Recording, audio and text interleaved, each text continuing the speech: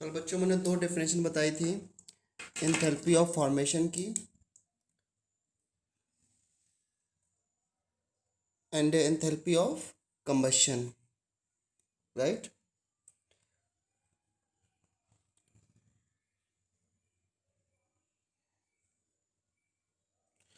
Next पढ़ते हैं third.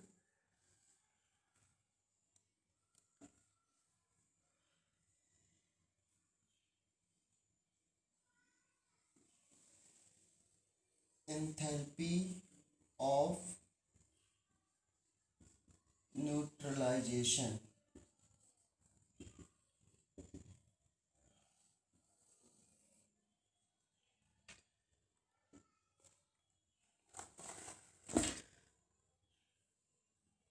किसी बच्चे ने न्यूट्रलाइजेशन रिएक्शन या कोई स्टूडेंट न्यूट्रलाइजेशन रिएक्शन की डेफिनेशन बता सकता है? Neutralisation reaction, yes, The reaction in which acid and base react to form salt and water. Very good, very good. So neutralisation reaction जो होती है that is reaction between acid plus base. बनता क्या है इसमें? Salt plus water. Salt plus water. हाँ जी।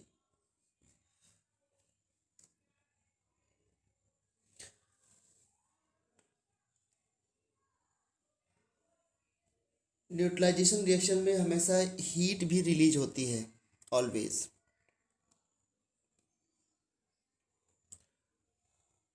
सो अच्छा, enthalpy of neutralisation को हम लोग हीट ऑफ न्यूट्रलाइजेशन भी कह सकते हैं।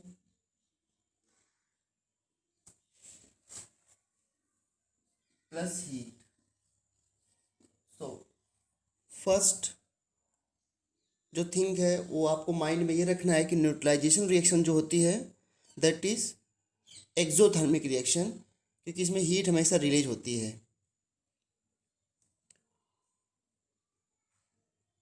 कैसे डिफाइन करें इसको, क्या न्यूट्रलाइजेशन इसमें होता है, ये अब थोड़ा डिटेल से समझना है। तो डेफिनेशन क्या है? इस चैप्टर में जो एंथैल्पी की जितनी भी डेफिनेशन है बहुत इंपॉर्टेंट है। तो कैसे डिफाइन करेंगे इसको? It is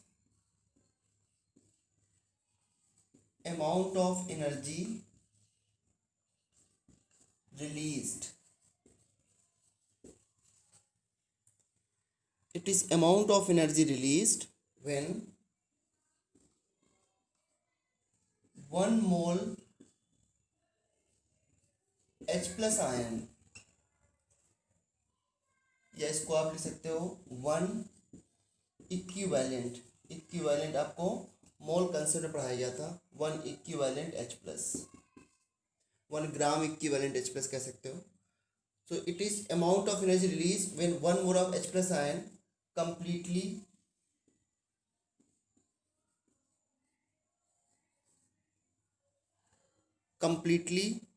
neutralize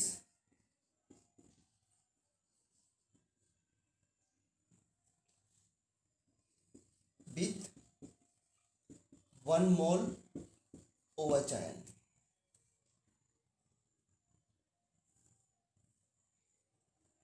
correct.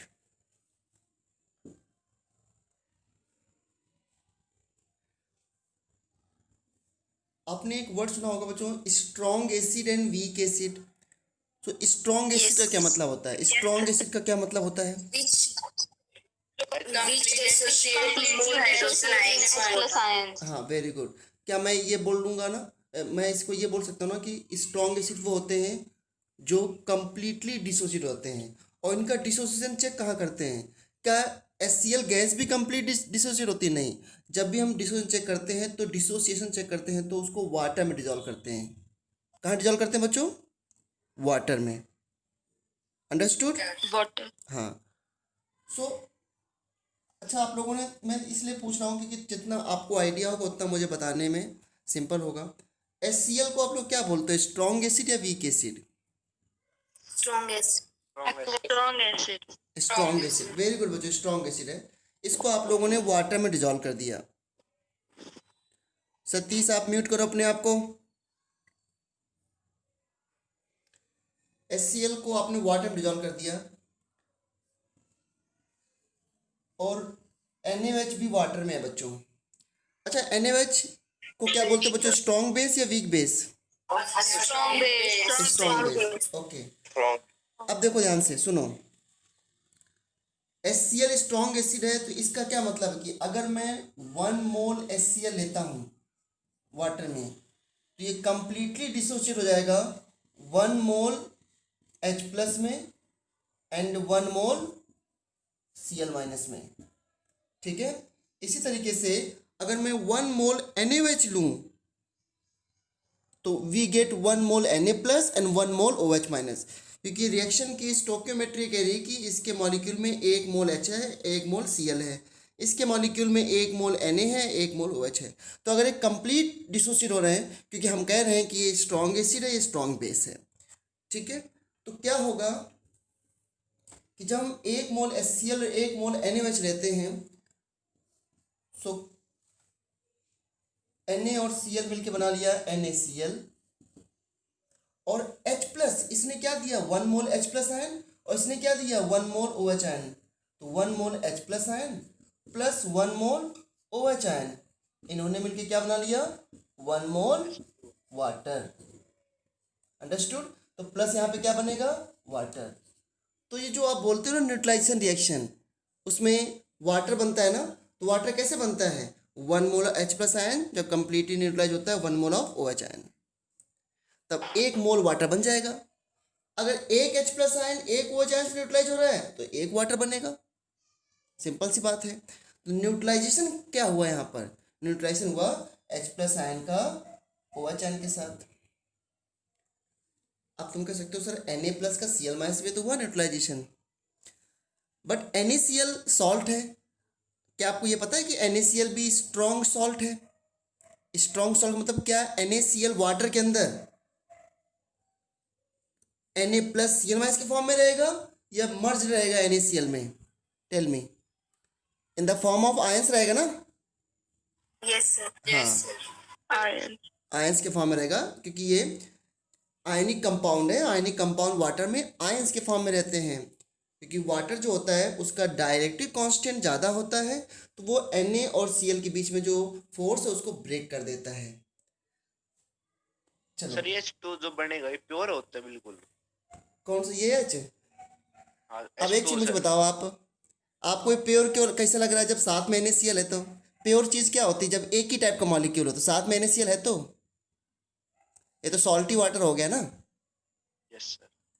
चलो अच्छा बच्चों बताओ, जो वाटर बना है, वाटर को आप क्या बोलोगे, स्ट्रॉन्ग या वीक?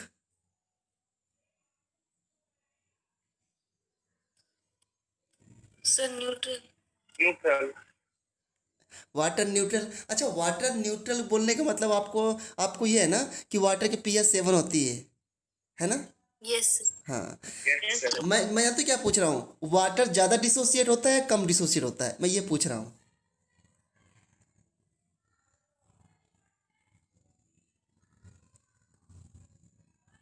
HCl को आप बोलते हैं स्ट्रॉन्ग एसिड है, कंप्लीट डिसोसिएशन। NaOH को आप बोला स्ट्रॉन्ग बेस है, complete dissociation. NaCl strong salt है, कंप्लीट डिसोसिएशन। जब भी किसी के आगे स्ट्रॉन्ग लग जाए ना, तो इसका मतलब ये नहीं कि बहुत स्टेबल हो गया। यहाँ पे स्ट्रॉन्ग स्टेबल का मतलब अलग अलग है, उस चीज़ों में भी मैं जान ही रहा हूँ। अभी मैं इतना बोल रहा हूँ कि स्ट्रॉन्ग एसिड मतलब complete dissociation, strong base means complete dissociation, strong salt का मतलब कंप्लीट डिसोसिएशन। तो वाटर को क्या बोलोगे, Dissociate होता है. किसमें? H प्लस और OH आयंस में, है ना? Water also Yes. Dissociate into H Yes, plus sir. OH minus, लेकिन कंप्लीट या बहुत या फिर partially? Sir, partial. Partially. Partially, ध्यान रखना बच्चों। अच्छा, आप लोगों ने एक वर्ड सुना है क्या, इलेक्ट्रोलाइट? ऐसा कुछ वर्ड सुना है, electrolyte? Yes, sir. Yes, sir. Yes, sir. Okay, बताओ क्या होते हैं बच्चों इलेक्ट्रोलाइट? सर, जिसके अंदर से इलेक्ट्रिसिटी पास की जाती है और किस, डिसोशिएट करने के लिए. वेरी गुड सपना।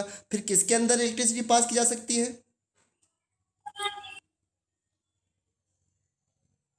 ये कैसे पता सर, चलेगा? वाटर. हाँ बोलो। वाटर. वाटर के अंदर पास की जा सकती है। अच्छा, NaCl सोल्यूशन में नहीं पास कर सकते हैं, HCl में नहीं पास कर सकते हैं, NaOH में नहीं पास कर सकते हैं इलेक्ट्रिसिटी। कर सकते हैं सर। फिर डेफिनेशन कैसे क्या बनी कि कौन से कंपाउंड होते हैं जिसमें इलेक्ट्रिसिटी पास की जा सकती है, क्योंकि जिसमें इलेक्ट्रिसिटी पास की जा सकती है वही होते हैं इलेक्ट्रोलाइट, आयनिक कंपाउंड्स हैं। Ionic compounds. या इसको और अच्छे से बोले, the compound which can dissociate into ions are called electrolyte. Definition समझे तो यस बोलो जल्दी से। Yes, sir. हाँ, यस सर। और Yes, sir. वाटर तो पार्सली आयनों में टूटता है, बट इसलिए इलेक्ट्रोलाइट है, ये बहुत कम आयन में टूटता है। और बहुत कम समझते हो कितना? अगर आप 1 मोल H2O ले लो तो 1 मोल H2O में लगभग 10⁻⁷ मोल H प्लस हो सकते हैं। बताओ, तो 1 मोल के रिस्पेक्ट में 10⁻⁷ तो बहुत ही कम हो गया ना, इसलिए इसको बोलते हैं वीक इलेक्ट्रोलाइट। अच्छा, जब मैं ये बोलूँ वीक इलेक्ट्रोलाइट तो इसको बहुत ही हीन भावना की नज़र से मत देख लेना, वीक है ये तो। वीक का मतलब ये नहीं होता कि वो कंपाउंड वीक है, वीक का मतलब ये है कि जो आयनों में कम टूट रहा है। इसलिए मैंने कहा कि स्ट्रॉन्ग और वीक को बस इतना समझो डिसोसिएशन के हिसाब से। और वैसे जो कम टूटता है आयनों में वो स्टेबल कहा जाएगा या अनस्टेबल कहा जाएगा? Stable. स्टेबल। इसलिए वाटर बहुत स्टेबल कंपाउंड है। अब जैसे मान लो आप कहीं जा रहे हो मार्केट, आपकी एक फिंगर टूट के गिर गई नीचे, फिर दूसरी फिंगर टूट के नीचे गिर गई, इसका मतलब क्या हुआ कि आपका डिसोसिएशन ज़्यादा है कम है, फास्ट? ज़्यादा है सर। ज़्यादा. और इसका मतलब क्या है, आप स्टेबल कम हो गया ज़्यादा? कम. कम, हाँ बिल्कुल समझ गए आप लोग। तो जब ज़्यादा डिसोसिएशन हो रहा है किसी चीज़ का, पूरी तरह आयनों में टूट रहा है, मतलब वो चीज़ कम स्टेबल है। हाँ, ये ध्यान रखना। इसलिए अभी इन पे बहुत डिस्कस करना आगे चल कर, अभी मैंने बस इतना बताया। तो देखो यहाँ पे क्या हुआ, मैंने डेफिनेशन क्या लिखा है, तो NaCl आयनों में रहेगा, HCl आयनों में रहेगा, NaOH आयनों में रहेगा, लेकिन वाटर आयनों में बहुत ही कम रहेगा। तो बेसिकली हम ये कह सकते हैं H प्लस और OH आयन न्यूट्रलाइज होकर के वाटर बना दिया, जो कि अनडिसोसिएटेड है। क्योंकि ये बहुत कम आयन टूटता है तो उसको हमने मान लिया कि ये अनडिसोसिएटेड है। ठीक है, तो डिफिनेशन क्या है, it is amount of energy released when 1 mole of H plus ion completely neutralized with 1 mole of OH ion, that is called heat of neutralization या enthalpy of neutralization। ठीक है, और एनर्जी रिलीज क्यों है? अच्छा, क्योंकि जब आयंस पास में आते हैं न्यूट्रलाइज होने के लिए तो फोर्स ऑफ अट्रैक्शन क्रिएट हो रहा है ना। अपोजिट चार्ज जब पास आएंगे तो फोर्स ऑफ अट्रैक्शन क्रिएट होता है, और जब भी फोर्स ऑफ अट्रैक्शन आता है तो एनर्जी रिलीज होती है। इसलिए एनर्जी रिलीज प्लस एनर्जी यहाँ पर लिख सकता हूँ मैं, E फॉर एनर्जी। और देखो एक्सपेरिमेंटली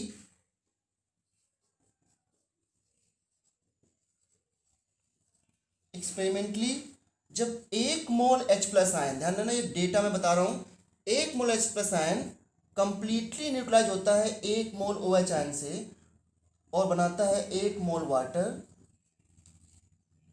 1 मोल वाटर।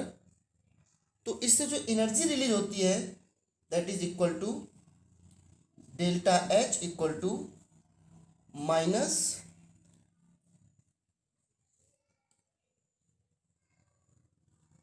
(13.7 kilo calorie. ये एनर्जी रिलीज होती है, ये बिल्कुल फिक्स है। इसको आप जूल में भी कन्वर्ट कर सकते हो। कैलोरी और जूल का रिलेशन पता है क्या आप लोगों को? एक कैलोरी में कितने जूल होते हैं?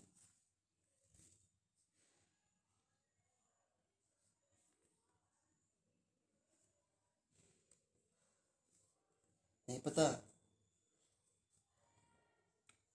1 calorie equal to 4.18 joule approximately.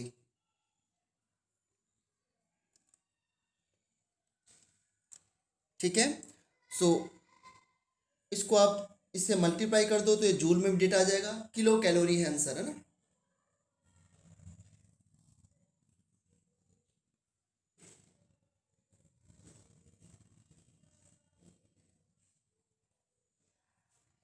ठीक है बच्चों, सो 1 मोल H प्लस आयन जब कंप्लीटली न्यूट्रलाइज हो जाए 1 मोल ऑफ OH आयन से, तो जो एनर्जी रिलीज है that is enthalpy of neutralisation. तो बेसिकली एट लास्ट मैं ये बोलूँगा कि जब एक H plus ion OH ion से completely 1 mole H plus ion OH ion से कंप्लीटली न्यूट्रलाइज हो रहा है, so we get H2O and इसकी जो एनर्जी रिलीज है वो 13.7, यानी कि इसकी एंथैल्पी जो है वो -13.7 किलो कैलोरी है। KCl का मतलब होता है किलो कैलोरी। अच्छा, माइनस साइन क्यों लगाया मैंने? क्योंकि एनर्जी रिलीज है इस वजह से, है ना। हाँ, इन माइनस साइन एनर्जी रिलीज को बताता है। अब जरा मुझे एक चीज बताओ बच्चों, किसी एक वीक एसिड का नाम बताओ। Ethanoic acid. एथेनोइक एसिड जिसने बताया बिल्कुल सही है, एथेनोइक। एसिटिक एसिड, क्या? Acetic carbonic acid, oxalic acid. हाँ, तो क्या आपने एक बात ये सीखी है क्या कि जो ऑर्गेनिक एसिड होते हैं वो सारे वीक एसिड होते हैं? यस यस हाँ, सर। ठीक। Yes very good very good. देखो, अब एसिटिक एसिड लिया मैंने, और एसिटिक एसिड की रिएक्शन जब NaOH से होगी तो क्या बनना चाहिए बच्चों उसमें? एसिड बेस, इसका सॉल्ट क्या होगा, कौन बताएगा मुझे? Sodium acetate. Sodium acetate, very good. H is replace by Na, तो बन जाएगा CH3COONA प्लस वाटर। अब मुझे बताओ, इस रिएक्शन में इसका कोफिशिएंट क्या है? अगर मैं नहीं लिखता हूं तो 1 मानते हो ना, तो इसका 1 मोल एसिटिक एसिड है, 1 मोल NaOH से रिएक्ट कर रहा है। लेकिन अगर ये वीक एसिड है तो क्या 1 मोल acetic acid 1 mole H plus ion produce करेगा? जब आप 1 मोल HCl लेते हो, नो नो सर। हाँ वेरी गुड, 1 मोल जब HCl लेते हो तो you directly get 1 mole H plus ion, लेकिन ये 1 मोल H प्लस आयन नहीं देगा। दैट मीन्स इसके 6.02 10 की पावर 23 पार्टिकल्स होंगे, तो उसमें कुछ पार्टिकल्स तो आयनों में टूटेंगे और other particle will remain as a acetic acid. Reaction तो ऐसे लिखी जाएगी, लेकिन इसमें जरूर नहीं कि सारे एसिटिक एसिड आयनों में टूट जाएं। तो देखो यहाँ पे लिखा 1 मोल एसिटिक एसिड, लेकिन 1 मोल H प्लस आयन नहीं मिला हमको, तो इसमें जो हीट रिलीज होगी वो 13.7 किलो कैलोरी से कम होगी या ज़्यादा होगी?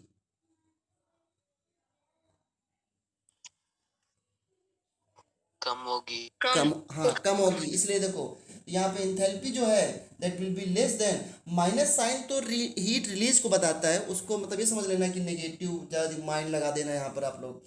तो हीट रिलीज जो होगी दैट इज लेस देन, अब कितनी एग्जैक्टली सबको हम याद नहीं कर सकते, लेकिन हाँ हम कंपेयर कर सकते हैं। Heat release will be less then -13.7 kilo calorie, या फिर मैं इसमें मॉड लगा देता हूँ, आपको दिक्कत ना है, ठीक है। तो हम बोलेंगे 13.7 किलो कैलोरी से हीट जो है वो कम रिलीज होगी यहाँ पर,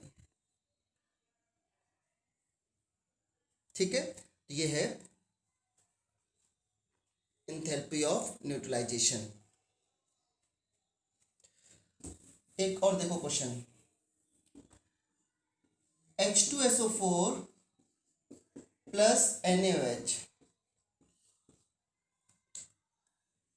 बच्चों इसमें क्या बनना चाहिए? मैंने H2SO4 का 1 मोल लिया है और NaOH का क्या बनेगा? Na2SO4 तब बनेगा जब मैं यहाँ पर 2 NaOH लूँ। मैंने तो 1 NaOH लिया है, लेकिन मैं तो एक ही NaOH ले रहा हूँ ना।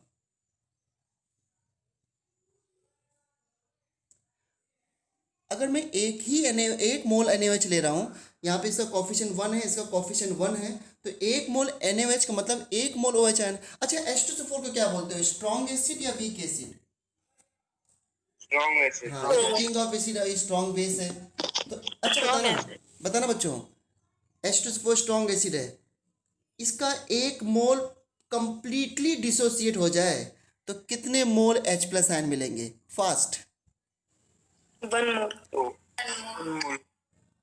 मोल। ओहो, नहीं समझ रहे हो आप लोग। अगर ये कंप्लीट डिसोसिएट हो जाए तो इधर 2H प्लस नहीं मिलेगा क्या, और plus SO4 2 minus. Yes yes sir. तो इसका 1 मोल, इसका कितने मोल दिख रहा है आपको लेफ्ट साइड में? 1 मोल दिख रहा है, 2 मोल दिख रहे हैं?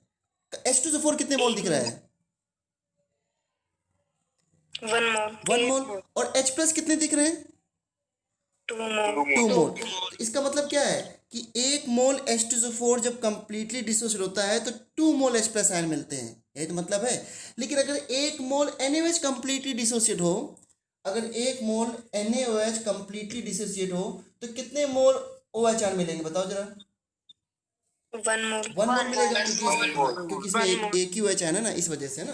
तो देखो, सो मैंने कहा कि मैंने इसके 2 H प्लस आयन मिल सकते हैं, लेकिन ये एक ही मोल दे रखा है, तो 1 मोल OH आयन 1 ही मोल H प्लस को तो न्यूट्रलाइज कर सकता है। क्या कभी ऐसा हो सकता है कि 2 H प्लस आयन और 1 OH आयन से रिएक्शन हो सके? 2 प्लस चार्ज 2 नेगेटिव चार्ज से रिएक्ट करेंगे ना, तो इसलिए यहाँ पे कंपाउंड क्या बनेगा?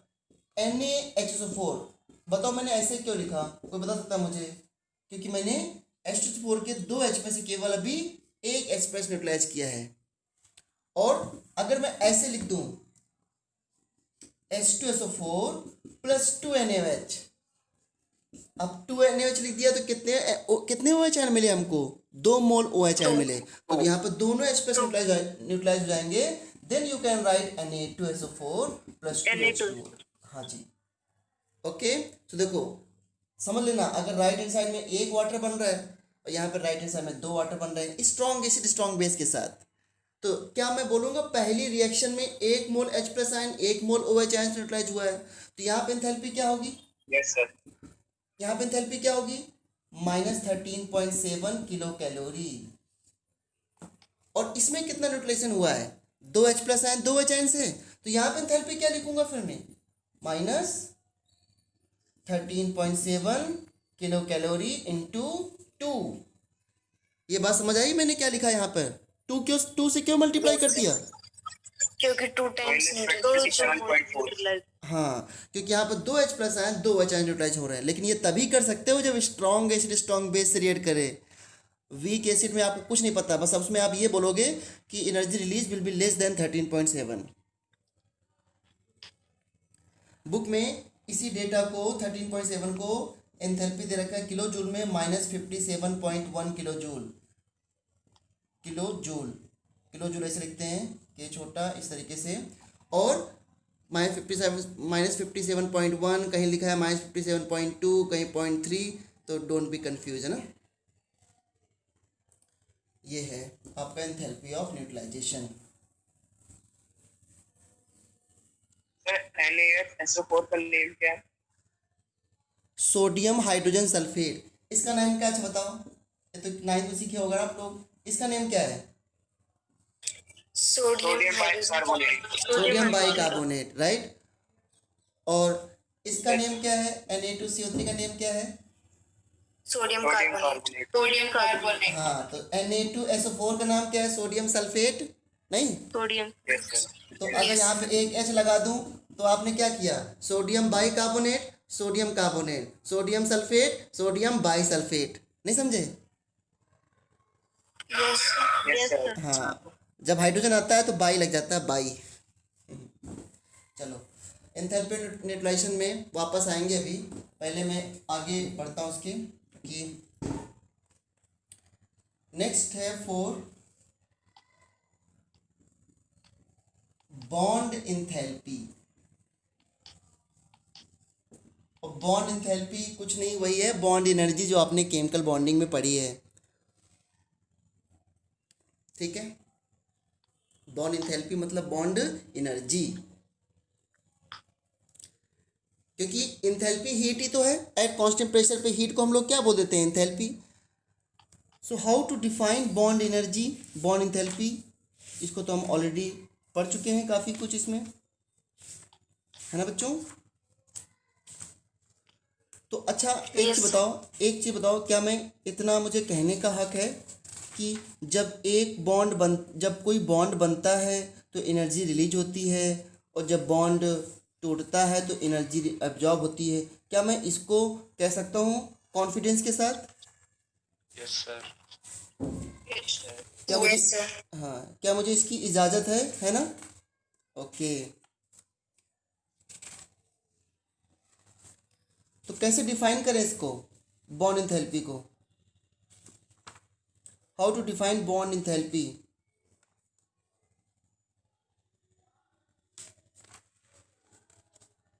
देखो सभी भूल के The बैठे हैं। amount of heat released. हाँ, release The release amount of heat released when the bond is released or absorbed when the bond is formed or broken. When the bond is formed,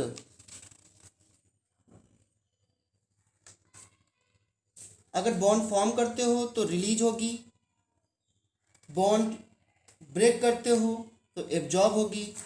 तो दो तरीके से define कर सकते हैं इसको, तो है ना। Yes, sir. हाँ,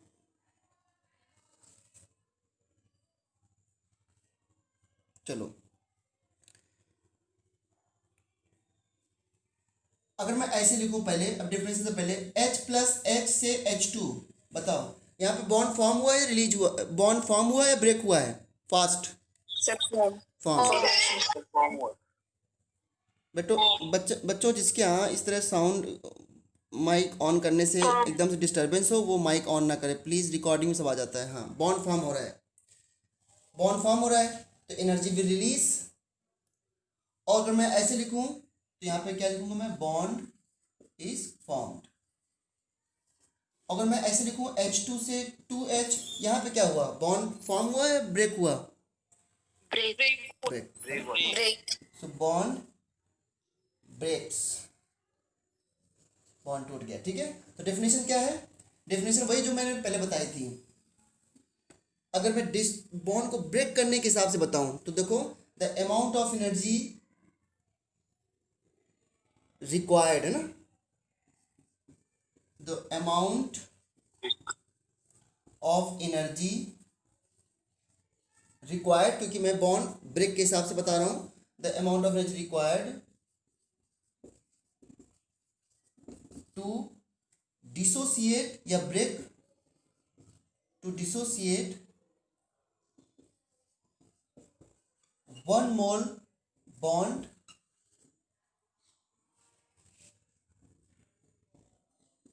of particular type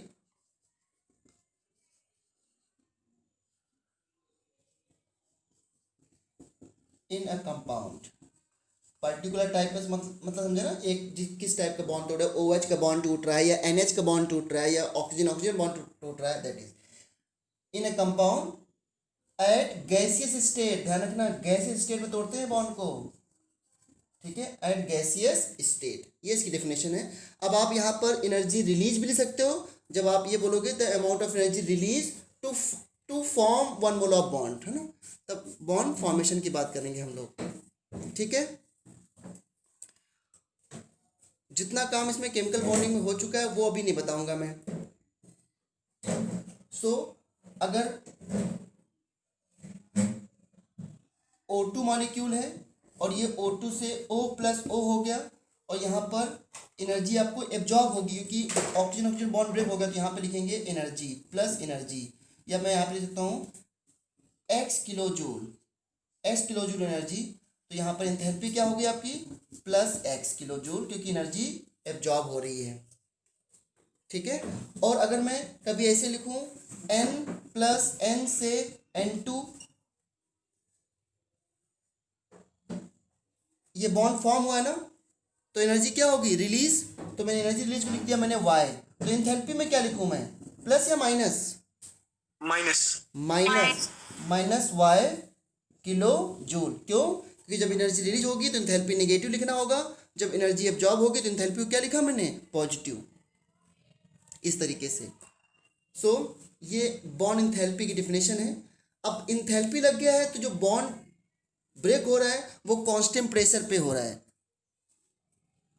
तो इसको ऐसे लिख सकते हैं, it is heat change at constant pressure when 1 mole of bond dissociate into gaseous atoms. ऐसे भी कह सकते हैं, 1 mole of bond dissociate into gaseous atoms. ये O2 गैस को मैं O गैस, और इधर भी गैस बना रहा हूँ, यहाँ पर N2 गैस बना रहा हूँ फ्रॉम नाइट्रोजन गैस, ऐसे भी डिफाइन कर सकते हैं।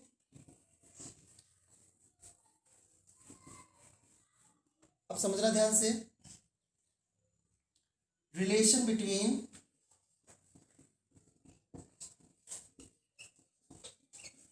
एंथैल्पी ऑफ रिएक्शन, और एक्शन का मतलब रिएक्शन, एंड बॉन्ड एंथैल्पी।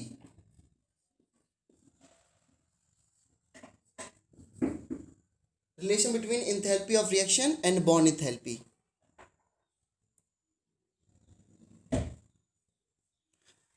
कोई रिएक्शन है बच्चों, H2 gas plus Cl2 gas change into 2HCl gas, ठीक है। इंथैल्पी ऑफ रिएक्शन क्या होती है? स्टार्ट तो मैंने यहीं से किया था कि ओवरऑल रिएक्शन में जो एनर्जी रिलीज या एब्जॉर्ब होती, that is enthalpy of reaction, overall reaction में। अब इस ओवरऑल रिएक्शन होने में अगर एनर्जी रिलीज हो रही है तो एक्सोथर्मिक, और एब्जॉर्ब हो रही है तो एंडोथर्मिक रिएक्शन, ओके। अब इस ओवरऑल रिएक्शन जो है एंथैल्पी ऑफ रिएक्शन को बॉन्ड एंथैल्पी में कैसे लिखा जाए? तो क्या मुझे ये बता सकते हो बच्चों कि रिएक्शन तभी होगी जब H2 का बॉन्ड ब्रेक हो, Cl2 का बॉन्ड ब्रेक हो और HCl का बॉन्ड फॉर्म हो, इजंट इट? क्या रिएक्शन, हाँ, किसी केमिकल, ओके बच्चों, क्या मैं ये बोल सकता हूँ किसी केमिकल रिएक्शन में रिएक्टेंट के बॉन्ड ब्रेक होते हैं, रिएक्टेंट साइड बॉन्ड ब्रेक होते हैं और प्रोडक्ट साइड फॉर्म होते हैं? क्या मैं ऐसा बोल सकता हूँ? Yes, sir. ओके, अब मुझे बताओ, मुझे बताना जरा, H2 का बॉन्ड ब्रेक हो रहा है, Cl2 का बॉन्ड ब्रेक हो रहा है, HCl का बॉन्ड फॉर्म हो रहा है। ये थोड़ा सा बहुत इंपॉर्टेंट पॉइंट है यहाँ पे, इसलिए मैं काफ़ी इसमें जोर दे रहा हूँ। अगर मैं आपसे ये कह दूँ, क्योंकि बॉन्ड एनर्जी के डेटा साइन वाइन के साथ नहीं देते हैं, बस ऐसे लिख दिया जाएगा, तो मैं ऐसे दे दूँ आपको, bond energy of HH bond X1 है, bond energy of Cl bond X2 है, and bond energy of HCl bond X3 है।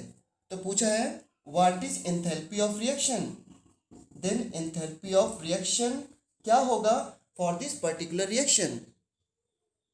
कैसे करेंगे सॉल्व? अब मैं x1 x2 डॉट में डेटा दे रहा हूँ जिससे कि आपको सिंपल पड़ जाए, डेटा तो दिया होगा, कॉपी कैलकुलेशन होगी। तो देखो ध्यान देना, इंथैल्पी ऑफ रिएक्शन को जब बॉन्ड एनर्जी के टर्म में लिखेंगे तो कैसे लिखेंगे? Equal to bond energy of HH bond plus bond energy of Cl bond minus 2 into bond energy of HCl bond. अब बच्चों बताओ, वैसे तो देखो इस पर्टिकुलर केस में हम रिएक्टेंट माइनस प्रोडक्ट लिख रहे हैं, अदरवाइज इंथैल्पी हमेशा कैसे लिखी जाती है? प्रोडक्ट माइनस रिएक्टेंट, क्योंकि स्टेट फंक्शन। लेकिन यहाँ पे मैं ऐसे क्यों लिख रहा हूँ? क्यों? क्योंकि जब बॉन्ड एंथैल्पी के टर्म में लिखोगे तो बताओ जरा मुझे, H2 का बॉन्ड, जल्दी से बताना मुझे, वो फास्ट करना है, H2 का बॉन्ड ब्रेक हो रहा है या फिर फॉर्म हो रहा है? Sir, ब्रेक हो रहा है। एनर्जी एब्जॉर्ब होगी या रिलीज होगी? Absorb. एनर्जी एब्जॉर्ब में एंथैल्पी क्या लेते हैं, पॉजिटिव या negative? Absorb. Positive. Positive. Positive. Cl2 का बॉन्ड ब्रेक हो रहा है, एंथैल्पी क्या लूंगा, पॉजिटिव या negative? Positive. Positive. Positive. H और Cl में बॉन्ड फॉर्म हो रहा है, एंथैल्पी क्या लूंगा, पॉजिटिव या नेगेटिव? Negative. कितने मोल HCl के बॉन्ड बन रहे हैं, 1 या 2 मोल?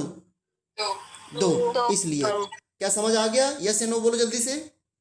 Yes, sir. ओके, अब इसमें पूरा डेटा रखने के बाद, अगर पूरा डेटा ओवरऑल, जब इसमें इसकी वैल्यू जो भी दी होगी, इसकी वैल्यू जो भी दी होगी, इसकी वैल्यू जो भी दी होगी, इसको रखने के बाद अगर पूरा पॉजिटिव आ जाए तो ओवरऑल रिएक्शन एंडोथर्मिक है या एक्सोथर्मिक है? Endothermic. एंडोथर्मिक। Endothermic. और पूरे डेटा रखने के बाद ओवरऑल डेटा नेगेटिव आ जाए तो रिएक्शन क्या हो जाएगी फिर? Exothermic. एक्सोथर्मिक। तो मैंने तो अभी उस तरह पूछा नहीं, अब जरा वैल्यू पुट करो। तो एंथैल्पी ऑफ रिएक्शन क्या हो जाएगी इसकी? HH बॉन्ड की एंथैल्पी क्या है? X1 प्लस इसकी क्या है? X2 और इसकी क्या है? -2X3। बच्चों क्लियर है एकदम आंसर इसका? Yes, sir. ओके, क्या मैं इसी तरीके से 2 क्वेश्चन और दे दूं आपको? फास्ट करेंगे हम लोग। Yes, sir. Yes, sir. Okay, थोड़ा जब भी बोला करो ना तो थोड़ा मतलब जोश से ऐसे बोला करो, लेकिन अभी नहीं बोलना एकदम से, फिर आवाज़ आ जाएगी ना। जब बोला पूछा करो तब ऐसे लगे कि हाँ कोई सो नहीं रहा है। चलो, एक रिएक्शन है N2 gas plus 3H2 gas change into 2NH3 gas, ठीक है। इसकी overall enthalpy of reaction find करना है।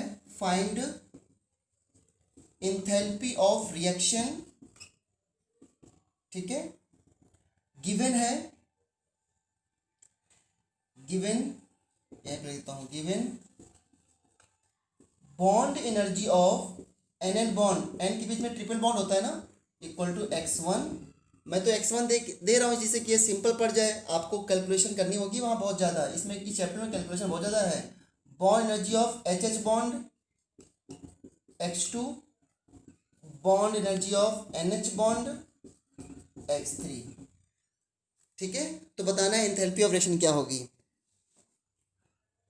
ट्राई करना है क्या है, 30 सेकेंड आपको मैं 30 सेकेंड दिए, ट्राई, कोई बोलेगा नहीं बीच में। अगर मुझे बता दे डायरेक्टली तो मैं बहुत खुश हूँगा। 30 सेकेंड इज गिवन, 30 सेकेंड बाद ही बोलना।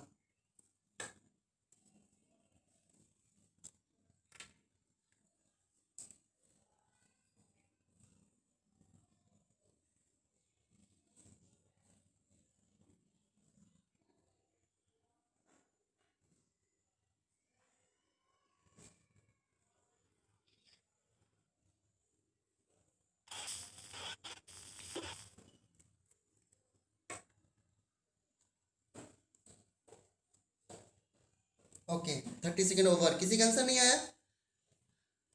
Sir, x1 plus x1 plus 3x2 minus 2x3. x1 plus 3x2 minus 2x3, सभी लोग इसी आंसर से एग्री कर रहे हैं? Yes, sir. Yes, sir. Yes, sir. Very good, very good. Unity में स्ट्रेंथ होती है। अब आपका आंसर अगर गलत भी होगा तो मैं सही नहीं कर सकता क्योंकि मैं अकेला हूँ, ठीक है। देखो जानते, एंथैल्पी ऑफ रिएक्शन कैसे लिखेंगे? Bond energy of N triple bond N minus plus H2 का बॉन्ड ब्रेक हो रहा है ना, तो ये भी पॉजिटिव होगा। Yes. कितने मोल H2 के बॉन्ड ब्रेक हो रहे हैं? 1 मोल या 3 मोल?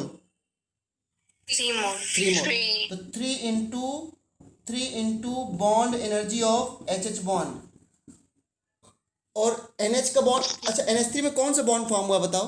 NH बॉन्ड फॉर्म हो रहा है ना। Yes. NH3 में कितने NH बॉन्ड है जरा मुझे ये बताना, बताओ। NH3 में कितने NH बॉन्ड है? अगर जिसको साफ दिखता है वो बताए। क्या? 3 NH बॉन्ड है। ओके, तो NH3 में कितने NH बॉन्ड हुए? 3 NH बॉन्ड फॉर्म हुए और ऊपर से 2 से मल्टीप्लाई हुआ तो टोटल कितने बॉन्ड फॉर्म हुए फिर? 6। तो minus 6 into bond energy of NH bond. बच्चों ये 6 क्यों किया? सब क्वेश्चन में आ गया? यस या नो बोलो जल्दी से। Yes, sir. हाँ, तो क्या आंसर आया? इसकी वैल्यू है x1 plus 3x2 minus 6h3। मेरा तो ये आ रहा है, अब आपके ऊपर है क्योंकि आप तो यूनिटी में हो, तो मेरा सही करना चाहो तो कर दो, अदरवाइज मेरा तो यही आंसर है, मैं इस आंसर से पीछे नहीं हटूंगा। आपका ही तो सही नहीं था बच्चों। चुप, एकदम चुप, कोई नहीं बोलेगा। इसमें भी देखो यूनिटी है, चुप रहने में भी यूनिटी है। वाह वाह वाह वाह। चलो, या तो आप चुप इसलिए क्योंकि इस क्वेश्चन का आंसर गलत होने की वजह से आपको बहुत दुख पहुंचा है, तो मैं चाहता हूं कि आपको 1-2 मौके और दूं जिससे कि आप सही कर सकें और अपने दुख को दूर कर सकें, ठीक है। तो नेक्स्ट क्वेश्चन आपके लिए फिर दे रहा हूं। नेक्स्ट क्वेश्चन रहा ये वाइट स्क्रीन पर। Price sir. Yes sir price. बेटा अभी थोड़ा सा पैसे नहीं है, फीस नहीं दे रहे ना आप लोग, तो प्राइस नहीं दे पाऊंगा। H2 gas O2 gas change to 2H2O gas. ये अमिताभ बच्चन का शो नहीं चल रहा जो 1 करोड़ का प्राइस दे दूंगा। 1 करोड़ होते तो सुबह गर्मी में इससे पढ़ा नहीं रहे होते बॉन्ड इंथैल्पी और enthalpy of neutralization. H2 gas plus O2 gas 2H2O गैस। इसमें है bond enthalpy of HH bond X1, bond enthalpy of OO bond X2, bond enthalpy of OH bond X3। बताओ इसकी इंथैल्पी ऑफ रिएक्शन क्या है। आपके पास time है 20 seconds.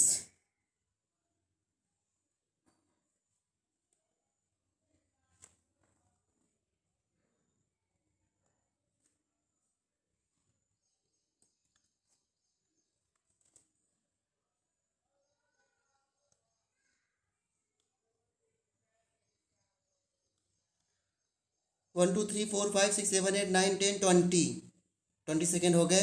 किसी का आंसर नहीं आया। Sir, x1 plus x2 minus 4x4. अच्छा, बताने लगे। मैं ये चेक कर रहा था कि किस बच्चे का कंसंट्रेशन बिल्कुल हाई रहता है। क्या ये रिएक्शन बैलेंस है, जरा बताना मुझे।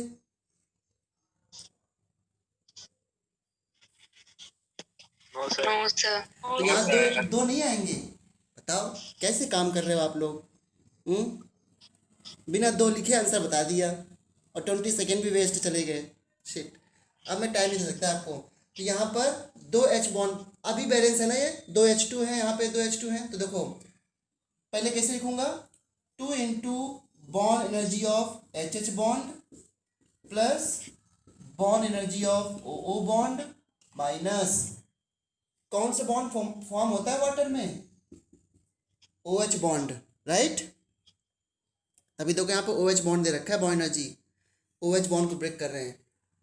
तो वाटर में कितने OH बॉन्ड है बच्चों, 2 OH बॉन्ड है ना, 2 से मल्टीप्लाई कर दिया तो 4 हो जाएंगे ना। तो क्या मैं ये लिख सकता हूँ 4 into bond energy of OH bond. बोलो बेटा। Yes, sir. हाँ, Yes, sir. ये कितना आया 2x1, ये कितना आया x2 माइनस 4x3। इस बार सभी ने आंसर सही बताया था, बट प्रॉब्लम ये थी कि सभी ने यहाँ पे एक्शन बोला था, किसी ने सोचा नहीं कि यहाँ 2H2 पहले होंगे, सर ने बैलेंस नहीं किया। तो आप मेरे ऊपर ब्लेम कर सकते हो कि सर आपने बैलेंस नहीं की थी, इसमें हम क्या करें। सो इट्स ओके, क्या कर सकता हूँ। जतिन माइक को म्यूट करना, ठीक है। अच्छा, याद करो बच्चों, एक बात मैंने बताई थी, अगर H2O को मैं ब्रेक करता हूं तो पहले एक OH बॉन्ड टूटा, तो बॉन्ड एनर्जी मान लिया, bond energy of OH bond जो है वो X1 है।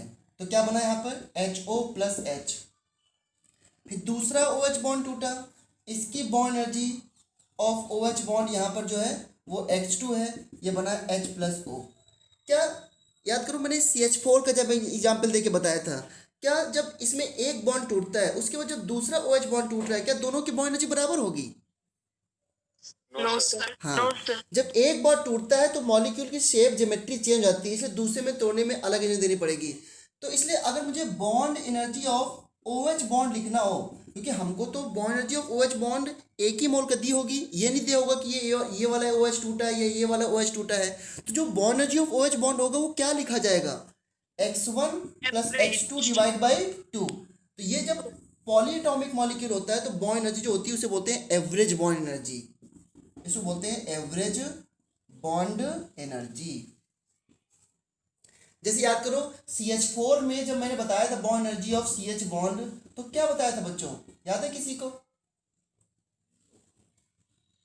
X1 plus X2 plus X3 plus X4 divide by 4, ये बताया था ना मैंने कि चारों CH बॉन्ड को तोड़ लो और एक CH की बॉन्ड क्या होगी, सभी को सम करके 4 से डिवाइड कर दो।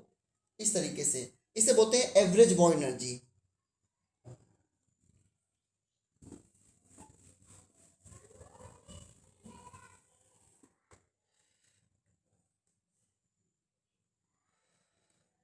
Okay, so now move on next, lattice enthalpy. आज मैं सोचा था इसे खत्म कर दूंगा, बट लैटिस एंथैल्पी ये क्या होता है।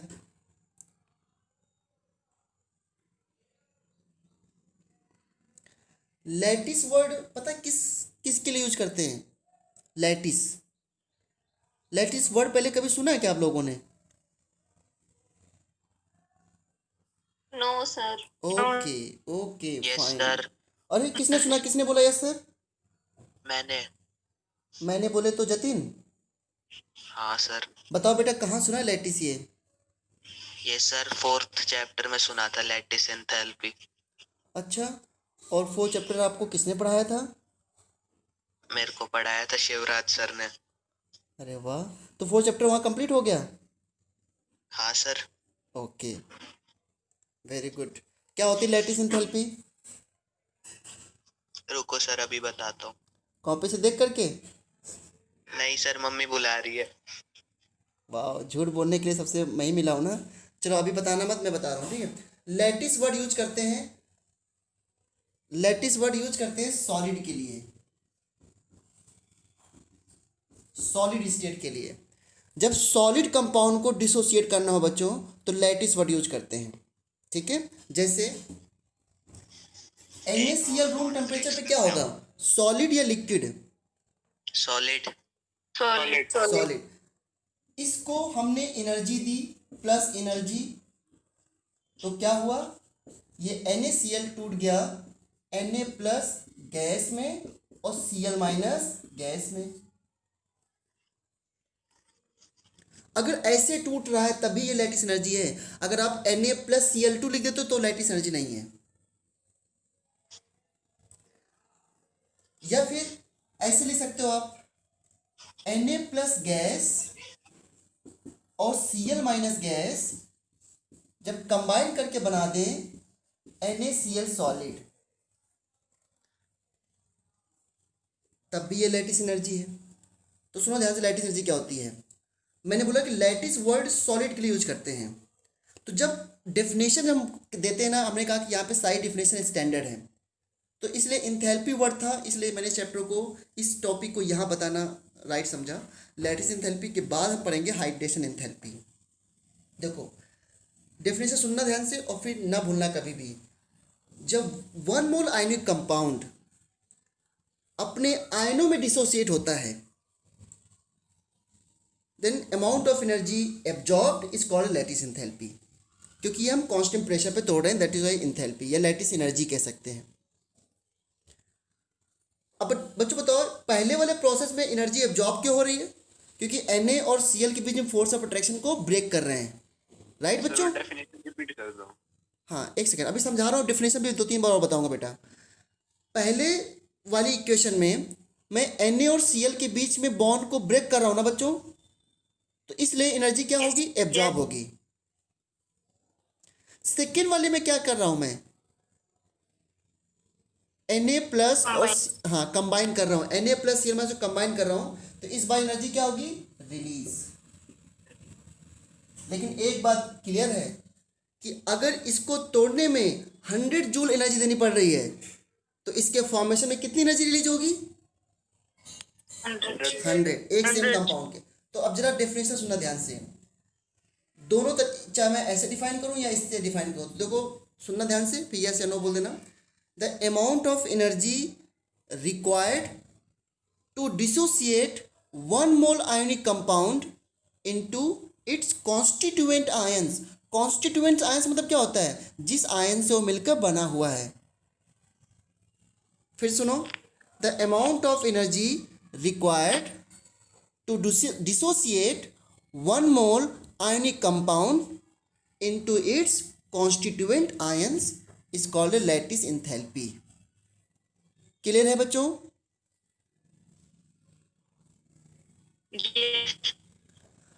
या फिर ऐसे डिफाइन कर सकता हूं, the amount of energy released when 1 mole of ionic compound is formed from its constituent ions। बोलो क्लियर है? Yes, sir. Yes, sir. क्या मैं इसको लिख दूं क्या? Yes, sir. Okay Yes, sir. ठीक है, तो मैं पहले जो इक्वेशन है उसके हिसाब से लिख रहा हूँ, या इसके हिसाब से भी लिख सकता हूँ। देखो एक मैं लिख देता हूँ, एक अपने आप और करके कॉपी में दूसरी खुद लिख लेना। The amount of the amount of energy required to dissociate one mole ionic compound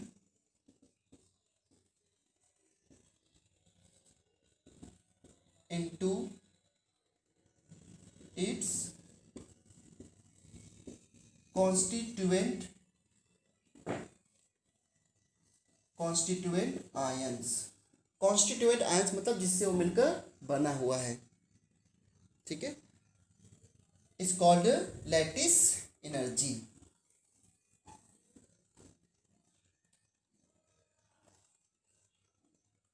is called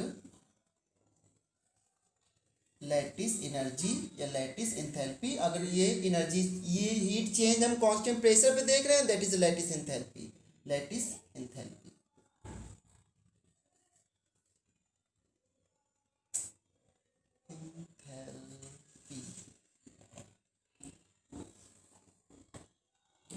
example क्या लिखेंगे? NaCl solid plus energy you get Na plus gas Cl minus gas। Okay, lattice energy को आप represent कर सकते हैं U से, लेकिन U से आपने इंटरनल एनर्जी रिप्रेजेंट किया था, तो आप इसको डेल्टा HL से रिप्रेजेंट कर सकते हैं, एंथैल्पी ऑफ लैटिस। ये दोनों आपके पास ऑप्शन है। अच्छा, एक क्वेश्चन बताना, अभी लैटिस एंथैल्पी में काफ़ी कुछ करना है। एक क्वेश्चन बताना मुझे, अगर मैं ये लिख रहा हूँ Na solid plus Cl2 gas, half Cl2 gas से Na सॉलिड, देखता हूँ किसका प्रेजेंस ऑफ माइंड बहुत काम करता है। NaCl सॉलिड, ये क्या लिखा हुआ है? ये इक्वेशन किसको रिप्रेजेंट कर रहा है? लैटिस एंथैल्पी को रिप्रेजेंट कर रही है equation. No sir. No, sir. फिर किसको रिप्रेजेंट कर रही है इक्वेशन ये?